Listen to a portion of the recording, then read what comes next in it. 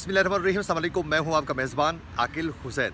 नाजरीन, पंजाब और खैबर पख्तूनख्वा में इंतखाबात मुलतवी करने के ख़िलाफ़ जो केस था, उस केस का बेंच आज एक बार फिर टूट चुका है।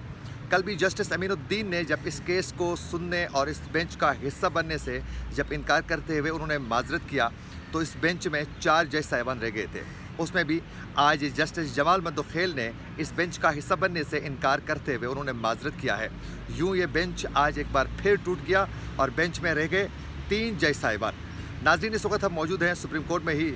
आज आप लोगों को इस प्रोग्राम में आप लोगों को ये बताएंगे कि जब जस्टिस जमाल मंदोखेल बात कर रहे थे तो किस बात पर चीफ जस्टिस अमृता बंदियाल ने उनको टोका और बात करने से रोका, और जस्टिस जमाल मंदोखेल ने कौन कौन से अहम इंकशाफात किए, कौन कौन से अहम बातें किए, जो सुनने के बाद वहाँ तमाम कमरे अदालत में बैठे हुए जो वकला थे वो और सहाफ़ी सारे हैरान रह गए। एक तो ये भी बताएंगे, और उसके अलावा नाज़रीन जमाल मंदोखेल ने अपने इख्तिलाफी नोट में क्या लिखा है वो भी बताएंगे। और उसके अलावा सुप्रीम कोर्ट के कमरे अदालत नंबर 1 में क्या तैयारियां की जा रही थी, क्या गैर मामूली वहाँ चीज़ें की जा रही थी जिसको देखकर हम खुद भी हैरान हुए।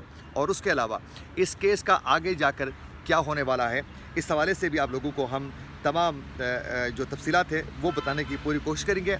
इस वक्त हल्की हल्की बारिश हो रही है और बड़े इस्लामाबाद का मौसम भी बड़ा ज़बरदस्त हो चुका है। नाज़रीन, आज जब चीफ जस्टिस अमृता बंदियाल की सरबराही में 4 जज साहिबान जब कमरे अदालत में पहुंच गए, जिसमें justice Ijazul Ahsan, justice Munib Akhtar, justice Jamal Mandokhel और चीफ जस्टिस शामिल थे, जब वो कमरे अदालत में पहुंच गए तो नाज़रीन ये कमरे अदालत में क्या कुछ होता रहा है, मैं ख़ुद वहाँ मौजूद था, तो उसमें वो मुकम्मल तफसीलात मैं आपको बताऊँगा जो हमने ख़ुद वहाँ वो चीज़ें देखी हैं। तो ये 4 जज साहिबान जो हैं, चीफ जस्टिस अमृता बंदियाल और ये 3 जज साहिबान जब कमरे अदालत में पहुंच गए तो पहुंचते ही उसी दौरान अटार्नी जनरल मंसूर उस्मान ऐवान जो हैं वो रोस्टम पर आ गए।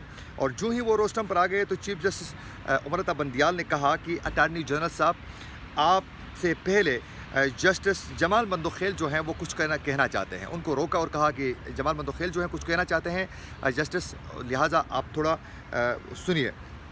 उस मौके पर जस्टिस जमाल मंदोखेल ने ये केस को सुनने से उन्होंने माजरत किया, इनकार किया।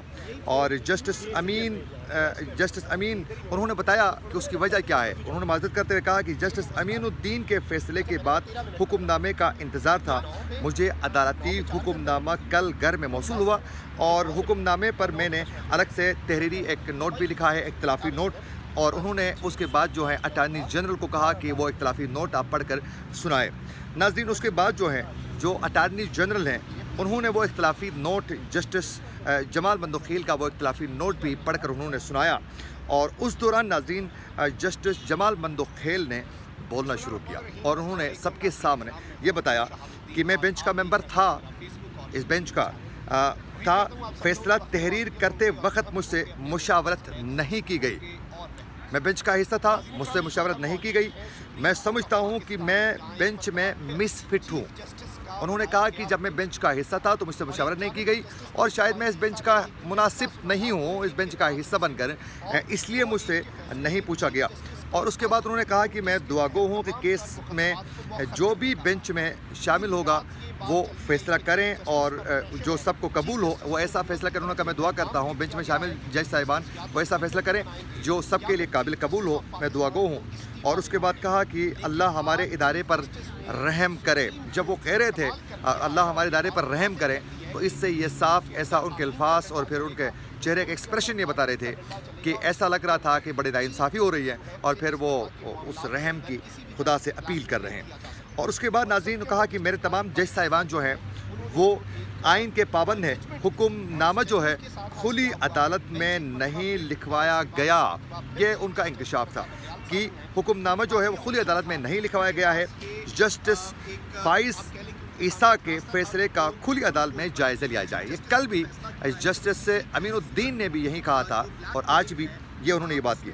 उसके बाद नाज़रीन चीफ जस्टिस ऑफ पाकिस्तान ने जस्टिस जमाल मंदोखेल को जब वो बात कर रहे थे, ये तमाम बता रहे थे, तो उससे ये लग रहा था कि जमाल मंदोखेल मज़ीद भी कुछ कहने वाले हैं, बताने वाले हैं। लेकिन उसके बाद फ़ौरन चीफ जस्टिस अमृता बंदियाल ने उनको रोका, उनको टोका। बात कर रहे थे तो ज़रा उनको रोका बात करने से, और उसके बाद रोकते हुए उनको बात करने से कहा कि बहुत शुक्रिया आपका। और उसके बाद कहा कि बेंच की तश्कील का, चीफ जस्टिस कह रहे हैं کہ ان کو روکنے کے بعد بینچ کی تشکیل کا جو بھی فیصلہ ہوگا کچھ دیر بعد عدالت میں بتا دوں گا، یہ کہا۔ اور جسٹس جمال مندوخیل مزید بات کرنا چاہ رہے تھے لیکن بات کرنے سے ان کو روکا، اور پھر یوں اس کے بعد جو ہیں جسٹس جمال مندوخیل نے یہ بھی کہا کہ کل بھی کچھ نہیں، میں کچھ کہنا چاہتا تھا۔ انہوں نے کہا جمال مندوخیل نے جب وہ بات کرے تو اس دوران کہہ رہے تھے کہ میں کل بھی کچھ بات کرنا چاہ رہا تھا، شاید فیصلہ لکھواتے وقت مجھ سے مشورہ کرنے کی ضرورت نہیں تھی، شاید فیصلہ لکھواتے وقت مجھ سے مشورہ کرنے کے قابل نہیں سمجھا گیا مجھے، اللہ ہمارے ملک کو رحم کرے۔ مطلب وہی چیزیں تھوڑی میں بتا رہا ہوں کہ جب وہ بات کرے اس وقت، اس کے بعد چیف جسٹس نے ان کو، میں نے جو بتایا، ان کو ٹوکا تھا۔ اچھا، اس کے بعد ناظرین یہ تو وہ کہانی تھی ساری، یوں بینچ ٹوٹ گیا، اور ٹوٹنے کے بعد جو ہے 3 جج صاحبان اس میں رہ گئے ہیں، جسٹس اعجاز الاحسن، جسٹس منیف اختر اور چیف جسٹس امرتا بندیال جو ہیں اس بینچ کا حصہ ہیں۔ اچھا، اس کے بعد ناظرین یہ تو سچویشن میں نے آپ کو بتایا۔ اچھا، کمرے عدالت نمبر 1 میں کیا ہو رہا تھا وہ میں آپ لوگوں کو بتاؤں گا۔ ہوا کچھ یوں کہ جو سپریم کورٹ کا کمرے عدالت نمبر 1 ہے، اس میں ناظرین وہاں جو ملازمین تھے وہ ادھر ادھر ہو رہے تھے، کچھ ایسی چیزیں کر رہے تھے کہ جو ہمیں لگ رہا تھا کہ کچھ وہاں تیاریاں کی جا رہی ہیں۔ اس کے بعد ہم نے یہ دیکھا کہ کمرے عدالت نمبر 1 میں 3 کرسیاں لگائی جا رہی تھی، اور جس سے یقیناً یہ ظاہر ہو رہا تھا کہ ممکن ہے یہی 3 جج صاحبان جو ہیں اس کیس کو سنیں گے اور اس بینچ کا حصہ ہوں گے، اور 3 رکنی بینچ جو ہیں اس کیس کو میرے خیال میں آگے لے کے جانا چاہ رہے ہیں۔ اب دیکھنا یہ ہے کہ وہ 3 کرسیاں اسی لیے تو لگائی گئی تھی، ورنہ اس وقت 2 کرسیاں لگانے کا کوئی جواز نہیں بنتا تھا۔ اور یوں ناظرین اب دیکھنا یہ ہے کہ کل بھی ہم نے دیکھا کہ جسٹس امین الدین نے اپنے ریمارکس میں کہا تھا کہ اس کیس کا حصہ بننے، انہوں نے معذرت کرتے ہوئے کیا کہا تھا، کیوں وہ بننے سے انکار کیا تھا، وہ وجہ یہ تھی، انہوں نے کہا تھا کہ جسٹس قاضی فائز عیسیٰ کے فیصلے کے تناظر میں کیس سننے سے کل بھی انہوں نے یہ معذرت کیا تھا، اور آج جمال مندوخیل نے بھی اختلافی نوٹ میں بھی یہ کہہ رہا ہے، اور انہوں نے کہا کہ جسٹس امین الدین کی بات کرنے کے بعد کوर्ٹ روسٹم سے چلا گیا تھا، اور جسٹس امین الدین نے کہا تھا کہ وہ اس کو کھلی کچہری میں سنا جائے۔ اور یوں ناظرین آج یہ کیس کی مکمل تفصیلات یہی تھی۔